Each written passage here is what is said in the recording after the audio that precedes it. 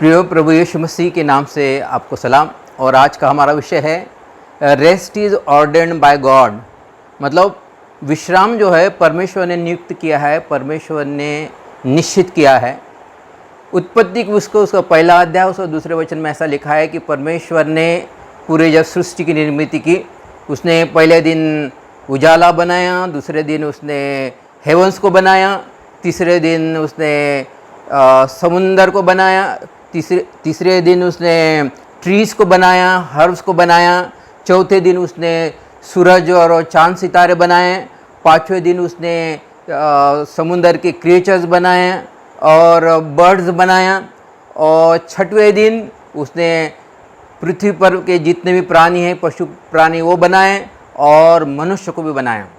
छठवें दिन मनुष्य को भी बनाया और सातवें दिन ऐसा लिखा है कि परमेश्वर ने विश्राम किया। उत्पत्ति की पुस्तक उसका दूसरा अध्याय उसके दूसरे वचन में ऐसा लिखा है कि परमेश्वर ने सातवें दिन विश्राम किया। और ये विश्राम करना, इसका मतलब ये नहीं होता है कि परमेश्वर थक गया था, अभी उसको विश्राम करने की आवश्यकता थी। विश्राम किया मतलब परमेश्वर ने 6 दिन में जो भी बनाया है उसने उसका आनंद उठाया, उसको उसने अप्रिशिएट किया और उस दिन उसने विश्राम किया। और ये जो विश्राम जो किया है और सातवें दिन विश्राम किया और छठवें दिन आदम को बनाया, तो आदम ने भी सातवें दिन परमेश्वर के साथ विश्राम किया। आदम की शुरुआत ही विश्राम के साथ हुई है। और उसके बाद परमेश्वर ने आदम को कहा कि ये जो बगीचा जो मैंने बनाया, इसमें तुझे कार्य करना है, काम करना है, लेकिन काम करने से पहले पहला दिन ही आदम का विश्राम में गया, मतलब परमेश्वर के साथ उसने विश्राम को किया। तो प्रियो, जो विश्राम जो है परमेश्वर ने ऑर्डेन किया है, ये नियुक्त किया गया है, ये निश्चित किया गया है। और जब विश्राम की बात आती है तो 5 अर्थों से ये विश्राम, ये शब्द बाइबल में लिखा गया है। जब हम कहते हैं कि हम विश्राम कर रहे हैं, जब परमेश्वर कहता है कि हमको विश्राम करने की आवश्यकता है, इसके 5 अर्थ यहाँ पर बाइबल में लिखे हैं। तो पहला जो अर्थ है कि परमेश्वर की उपस्थिति में समय को बिताना। लूका रचित सुसमाचार उसका 10वें अध्याय में लिखा है कि मार्था मरियम 2 बहनें थी और उनके यहाँ प्रभु यीशु मसीह अक्सर आया करता था। और जब भी प्रभु यीशु मसीह मार्था मरियम के साथ घर में आता था तो उनके चेले भी साथ में आते थे। अब चेलों के लिए खाना बनाने का पूरा दायित्व मार्था को हुआ करता था और मार्था काम में व्यस्त रहती थी। और जो उसकी बहन जो थी वो प्रभु यीशु मसीह के कदमों में बैठती थी, उसके चरणों पे बैठती थी, उसके वचन को सुनती थी, उसके साथ बातचीत करती थी। और यहाँ पे लिखा है कि मार्था और प्रभु यीशु मसीह के पास आती है और शिकायत करती है और प्रभु यीशु मसीह को कहती है कि प्रभु, तू मेरे बहन को क्यों नहीं बताता कि वो मुझे सहायता करे। लेकिन प्रभु यीशु मसीह कहता है कि मार्था मार्था, तू क्यों चिंता करती है, जो उत्तम भाग उसने जो चुन लिया है उससे छिना नहीं जाएगा। प्रभु यीशु मसीह ने मार्था को ये नहीं कहा कि तू जो कर रही ये महत्वपूर्ण नहीं है। प्रभु यीशु मसीह कह रहा है तू जो कर रही ये महत्वपूर्ण है, जो कर रही ये भी महत्वपूर्ण है, लेकिन उसमें जो उसने जो भाग चुनी है प्रभु यीशु मसीह के चरणों में बैठने का, उसकी आराधना करने का, उसके ये जो भाग है ये उत्तम भाग है, ऐसा प्रभु यीशु मसीह मार्था को कह रहा है। प्रियो, हमारे जीवन में हम जब भी विश्राम की बात कहते हैं, हमको लगता है विश्राम मतलब कार्य में ब्रेक लेना, जबकि वो तो है ही, लेकिन विश्राम करना बाइबल के अनुसार वो परमेश्वर के उपस्थिति में समय को बिताना है। परमेश्वर के समय में उपस्थिति बिताना मतलब उसकी आराधना करना। परमेश्वर के उपस्थिति में समय को बिताना मतलब प्रार्थना करना, क्योंकि प्रार्थना के द्वारा हम परमेश्वर से बातचीत कर सकते हैं, आराधना के द्वारा हम परमेश्वर की उपस्थिति में जा सकते हैं और इस तरह परमेश्वर के उपस्थिति में जाना, और ये विश्राम का यह पहला अर्थ है। दूसरा अर्थ है रूत की पुस्तक उसका दूसरा अध्याय और तीसरे अध्याय में लिखा है कि नयोमी रूत को कहती है कि तू अपना एक रिश्तेदार है, वो रिश्तेदार के खेत में तू काम करना, और वो अपना रिश्तेदार है तो तुझे मना नहीं करेगा। तो बाइबल कहती है कि रूत वो बोआज के खेत में काम करने लगी। सुबह से लेकर तो वो शाम तक काम करने लगी। और जब बोआज ने देखा कि रूत उसके रिश्तेदार है तो उसने नौकरों को कहा कि जानबूझकर कुछ बालियां तुम छोड़ दिया करो ताकि वो उठाए और उसको खाने के लिए भोजन वस्तु मिले। और बाइबल कहती है कि एक दिन में उसने इतना अनाज इकट्ठा किया कि उसको और उसके सास के लिए 6 दिन के लिए वो पर्याप्त अनाज था।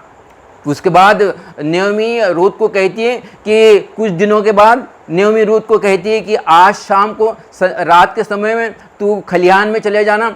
आज वो बोआज खा पी के जब लेट जाएगा तो उसके पैरों के पास तू भी लेट जाना। और ये अजनबी बोआज एक अजनबी पुरुष था और ऐसा करना ये रूत के लिए बड़ा अटपटा था लेकिन बाइबल कहती है कि नयोमी ने रूत को कहा कि तू ऐसा ही करना। और इस रूत ने वो बोआज पे भरोसा करी और वो लगभग रात को उसके पैरों के पास वो लेट गई। बोआज ये प्रभु यीशु मसीह को दर्शाता है, नयोमी पवित्र आत्मा को दर्शाते हैं। बोआज के चरणों में बैठना, बोआज के चरणों में सोना, विश्राम करना, ये दरअसल उस पर भरोसा करने को दर्शाता है। जब भी हम प्रभु यीशु मसीह पे भरोसा करते हैं, जब भी हम परमेश्वर पे भरोसा करते हैं, हम विश्राम करते हैं। क्योंकि जब उसके पैरों के पास वो लेटी, जब रूत बोआज के पैरों के पास लेटी, जब वो उठा तो उसको लगा कि ये कौन मेरे पैरों पे सो रहा है। तो उसने देखा कि ये रूत सो रही है। तो उसने कहा, रूत ने कहा कि मैं इसलिए सोई, ये दरअसल उन दिनों में ये कस्टम था कि तू मेरे से ब्याह कर ले। और बोआज कहने लगा कि उससे ज़्यादा अधिकार और एक नज़दीकी रिश्तेदार है, उसका ये अधिकार है, अगर वो तुझसे अगर ब्याह नहीं करता है तो मैं तुझसे अवश्य ब्याह करूँगा। और उस दिन ऐसा लिखा है, सुबह के समय में बोआज में उसके आंचल में इतना सारा अनाज डाला कि वो 2 व्यक्ति के लिए 1 महीने के लिए पर्याप्त था। जब उसने दिन भर काम करी तो बाइबल कहती कि उसके बाद इतना अनाज था कि दोनों के लिए 6 दिन पर्याप्त था। लेकिन जब उसने बोआज पे भरोसा की तब वो बोआज ने उसके आंचल में इतना अनाज डाला कि ये 2 बहू और सास के लिए वो 30 दिन के लिए पर्याप्त था। प्रियो, बाइबल झारपत के स्त्री के बारे में कहती है, ये झारपत की जो विधवा जो थी उसने एलिया पे भरोसा करी, क्योंकि एलिया ने कहा कि पहले तू मुझे रोटी खिला दे। और तब इज़राइल का परमेश्वर यूँ कहता है कि ना तो तेरे डब्बे का आटा ना कुप्पी का तेल खत्म हो जाएगा। और जैसे उसने भरोसा की, बाइबल कहती कि उसके 3.5 साल तक ना तो उसके डब्बे का आटा ना कुप्पी का तेल खत्म हुआ। प्रियो, जो परमेश्वर पे भरोसा करना, प्रभु यीशु मसीह पे भरोसा करना, ये दरअसल विश्राम करना है। ये विश्राम का दूसरा अर्थ है। तीसरा अर्थ, भजन संहिता उसका 63वां अध्याय उसका 6वें वचन में दाऊद कहता है कि जब मैं अपने बिस्तर पे लेटता हूँ, जब सोते रहता हूँ तो परमेश्वर के वचन पे मैं मनन करते रहता हूँ। परमेश्वर के वचन पे मैं मनन करते रहता हूँ। परमेश्वर के वचन पे मनन करना, मनन के लिए जुगाली शब्द भी इस्तेमाल किया गया है। जुगाली का मतलब, जुगाली ये शब्द ये जानवरों के लिए भी इस्तेमाल किया है। ये बकरी गाय जो है ये जुगाली करते हैं, ये घास खाते हैं और खाने के बाद एक जगह पे बैठते हैं और फिर पेट का अनाज मुंह में लाते हैं और उसको चबाते रहते हैं। जुगाली करना मतलब पेट का अनाज मुंह में लाना है। और मनन करना भी उसका वैसा ही है। मनन करने का मतलब है जो परमेश्वर का वचन हमने भीतर में लिया है वो अभी जुबान पर लाना। मनन करना मतलब स्मरण करना नहीं है। कई बार हमको ऐसा लगता है कि परमेश्वर के वचन पे मनन करना मतलब स्मरण करना है। नहीं, परमेश्वर के वचन पे मनन करना मतलब स्मरण करना नहीं है। स्मरण के साथ उससे बोलना भी है। जब हम परमेश्वर के वचन को स्मरण करते हैं, उसको बोलते हैं, वो परमेश्वर के वचन को बोलते हैं, तो फिर हम उस पर स्मरण, तब हम मनन करते हैं। और जब मनन करते हैं तो फिर बाइबल कहती है कि ये विश्राम करना है।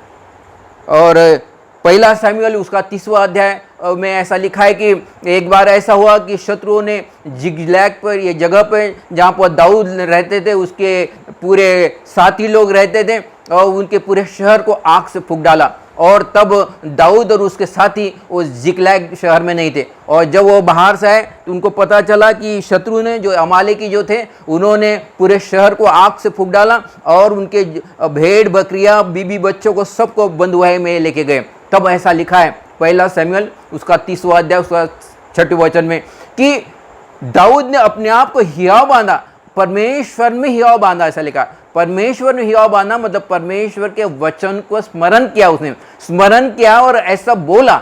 और जब उसने बोला तो परमेश्वर ने कहा कि तुम उसका पीछा कर। परमेश्वर से उसने पूछा कि क्या मैं अमालेकी का पीछा करूं? तो परमेश्वर ने कहा कि हाँ कर, क्योंकि जब वो मनन कर रहा था तो परमेश्वर के वादों पे स्मरण भी कर रहा था और वो वचन को बोल भी रहा था। तब उसने परमेश्वर से कहा कि क्या मैं अमालेकी का पीछा करूं? तो परमेश्वर ने कहा कि तू अमालेकी का पीछा कर। और बाद में ऐसा लिखा है कि सिर्फ 400 लोगों ने हजारों अमालेकी को मारा, लेकिन इनमें से एक भी साथी का नुकसान नहीं हुआ।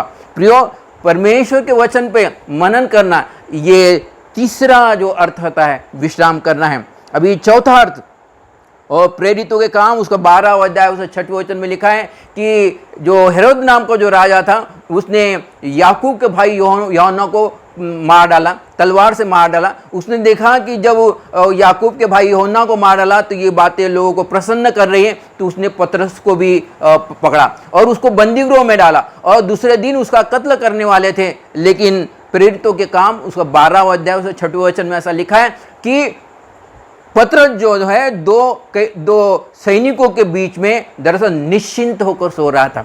निश्चिंत होकर सोना ये दरअसल विश्राम को दर्शाता है। जब हम चिंता नहीं करते हैं तब हम या बाइबल के अनुसार हम विश्राम करते हैं। और डैनियल की पुस्तक में भी लिखा है कि डैनियल को जो समुद्र जब सिंह के मान में डाला गया है, बाइबल कहती है कि उसने चिंता नहीं की कि मेरा क्या होगा, लेकिन जब उसको सिंह के मान में डाला गया तो परमेश्वर ने अपने स्वर्गदूतों को भेजा और स्वर्गदूतों ने वो सिंह का मुंह बंद किया, क्योंकि डैनियल ने चिंता नहीं की। और किसी एक दास ने कहा है कि जब डैनियल को जब सिंह के मान में डाला गया तो वो ये कह रहा था कि जो सिंह जो थे ये कह रहे थे कि अच्छा हुआ कि जो स्वर्गदूतों ने हम पर हमला नहीं किया, नहीं तो उनके हाथ में तलवारें थी, और इसलिए जो कूदने लगे, उछलने लगे, ऐसा वो एक दास कहता है। प्रियो, जब हम चिंता नहीं करते हैं तो फिर हम दरअसल विश्राम ही करते हैं। ये दरअसल चौथा उसका अर्थ है। मैं फिर से दोहराता हूँ कि विश्राम करना सबसे पहला अर्थ है कि परमेश्वर की उपस्थिति में समय बिताना। विश्राम करना उसका दूसरा अर्थ है कि परमेश्वर पे भरोसा करना। जैसे वो झारपत की जो स्त्री थी जी, उसने विश्वास किया।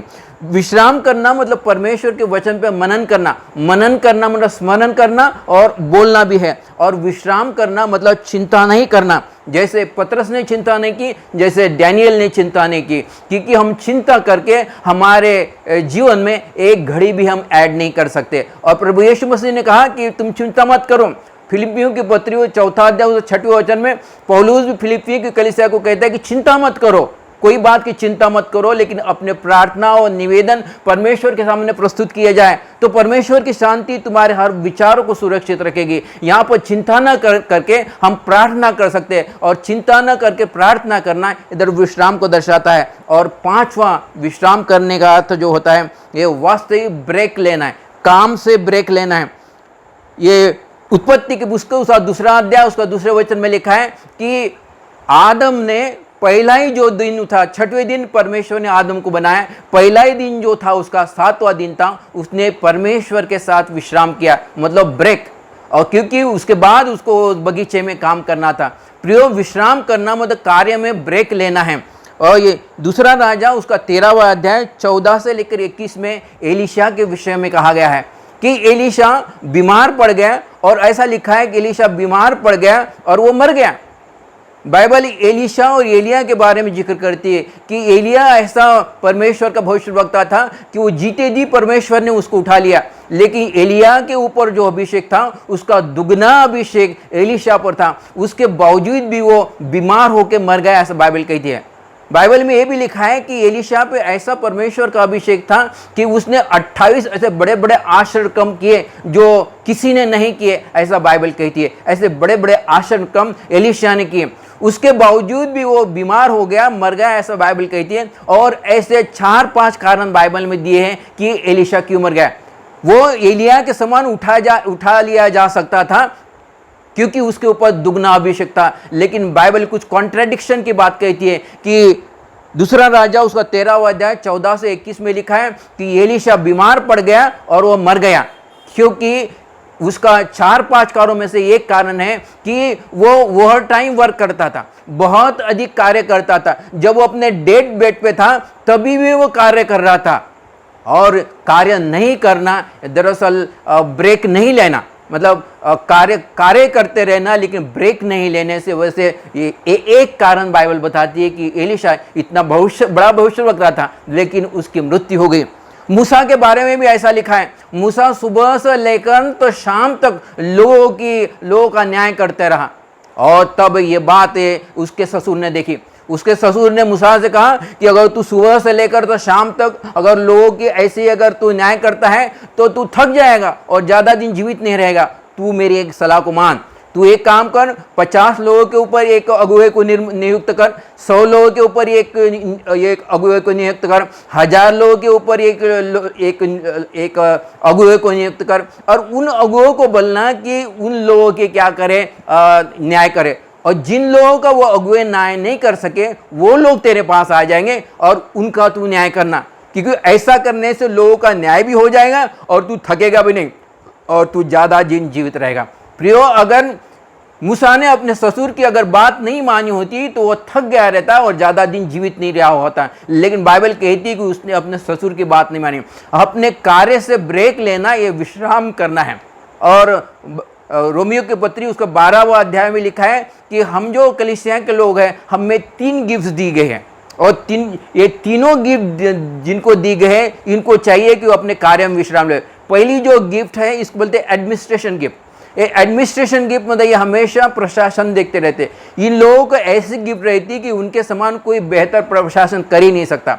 दूसरे जो है इसको बोलते हैं सर्विस गिफ्ट। ये चर्च में क्या करना है, पिकनिक कैसे अरेंज करना है, खाना कैसे अरेंज करना है, चर्च की साफ सफाई कैसे करना है, ये कार्य ये लोग करते हैं, ये होता है सर्विस गिफ्ट। और तीसरी जो गिफ्ट है इसको बोलते हैं मिनिस्ट्री गिफ्ट। परमेश्वर के वचन की सेवकाई करना, चिन्ह चमत्कार बताना, लोगों को शिक्षा देना, ये मिनिस्ट्री गिफ्ट है। ये चाहे गिफ्ट कोई क्यों ना हो, लेकिन यहाँ पर लिखा है कि जो विश्राम जो है हमको ऑर्डेन किया गया है। बहुत सारे ऐसे लोग हैं जिन्होंने विश्राम नहीं करने की वजह से एलीशा के समान बीमार पड़ गए और उनकी मृत्यु भी हो गई। तो प्रियो, फिर हम क्या करें? तो यहाँ पर लिखा है कि फिर हमको इब्रानी की पत्री उसका 4 अध्याय उसका 11 वचन में लिखा है कि आओ हम उसके विश्राम में जाने का प्रयास करें। हमको डेलिब्रेटली अटेम्प्ट करने की जरूरत है, हमको डेलिब्रेटली प्रयास करने की आवश्यकता है कि उसके विश्राम में जाना। उसके विश्राम में जाने का प्रयास करना मतलब क्या है कि उसके उपस्थिति में समय को बिताना है, उस पर भरोसा करना है। दूसरी बात, परमेश्वर के वचन पे मनन करना है। तीसरी बात, और चिंता नहीं करना है लेकिन प्रार्थना करना है। चौथी बात, और वास्तविक अपने कार्य से ब्रेक लेना है। तो यहाँ पर इब्रानी की पत्री उसका 4 अध्याय उसे 11 में लिखा है कि आए हम उसके विश्राम में प्रयत्न करें, उसे प्रवेश करने का प्रयत्न करें। मतलब यहाँ पर हमको प्रयास करने की आवश्यकता है, हमको अपने विचारों को ये खंडित करने की आवश्यकता है कि अगर मैं कार्य नहीं करता तो फिर मेरा लाभ नहीं होगा और कुछ नुकसान नहीं होगा। यहाँ पर मैं आपको एक निष्कर्ष बताता हूँ। जब हम कार्य करते हैं तो परमेश्वर हमारे हाथों के कार्य को आशीषित करता है, हमको लाभ होता है, ये तो आशीष है परमेश्वर की। जब हम कार्य नहीं करते लेकिन विश्राम करते हैं तब परमेश्वर हमारे लिए कार्य करता है, तो इसमें हमारा दुगना लाभ है। और इसीलिए परमेश्वर हमेशा हमारा दुगना लाभ चाहता है और वो हमेशा चाहता है कि हम विश्राम करें, क्योंकि जब हम कार्य करते हैं तो हमारे हाथों को कार्य को आशीषित करता है, और जब हम विश्राम करते हैं तो वो हमारे लिए कार्य करता है ताकि हमको और लाभ होए। प्रियो, ये आज का वचन जो है ये विश्राम के विषय में है कि ये उत्पत्ति की पुस्तक उसका 2 अध्याय उसका 2 वचन में लिखा है कि रेस्ट जो है, rest is ordained by God. विश्राम परमेश्वर ने नियुक्त या निश्चित किया है और हम उसमें से प्रवेश करने का प्रयास करें। और फिर से मैं आपको दोहराता हूँ कि ये 5 अर्थों से विश्राम का अर्थ यहाँ पर दिया है, 5 अर्थों से इस्तेमाल किया गया है, प्रयोग किया गया है। विश्राम करना मतलब परमेश्वर, पहला 1 परमेश्वर की उपस्थिति में समय को बिताना, 2 परमेश्वर पर भरोसा करना, 3 परमेश्वर के वचन पे मनन करना है। मनन करना मतलब स्मरण करना नहीं, स्मरण करना है, बोलना भी है। 4 चिंता नहीं करना है लेकिन प्रार्थना करना है। और 5 वास्तविक हमारे कार्य से हमको ब्रेक लेना है, ये है विश्राम करना। प्रियो, मैं ऐसा विश्वास करता हूँ कि आज का वचन आपके लिए फायदेमंद या लाभदायक ठहरा होगा। परमेश्वर इस वचन पर आशीष दे और आपको भी आशीष दे।